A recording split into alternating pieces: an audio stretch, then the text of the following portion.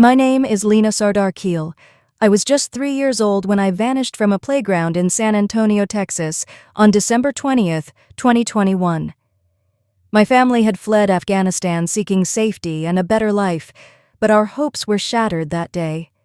It was a typical afternoon. My mother watched as I played with other children at the Villas del Cabo apartment complex. The playground was a familiar place, filled with laughter and the joyful screams of kids at play. But in a moment, everything changed. My mother looked away briefly, perhaps to tend to my younger sibling or to chat with a neighbor. When she turned back, I was gone. Panic set in immediately. She called out my name, searched the playground, and asked the other children if they had seen where I went. But there was no sign of me.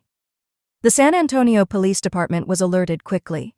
Officers arrived, and the search began in earnest. They combed through the apartment complex, knocked on doors, and reviewed surveillance footage. The FBI joined the investigation, bringing additional resources and expertise. Despite their efforts, there were no significant leads. Days turned into weeks, and the community rallied around my family. Candlelight vigils were held, and volunteers distributed flyers with my photo, hoping someone had seen me. My image was shared widely on social media, and news outlets covered my story extensively. Yet, I remained missing. Investigators considered various possibilities. Could I have wandered off and gotten lost? Was I taken by someone with malicious intent? Despite exploring numerous leads, no definitive answers emerged. My family, already traumatized by the upheaval of leaving our homeland, was now engulfed in a new kind of despair.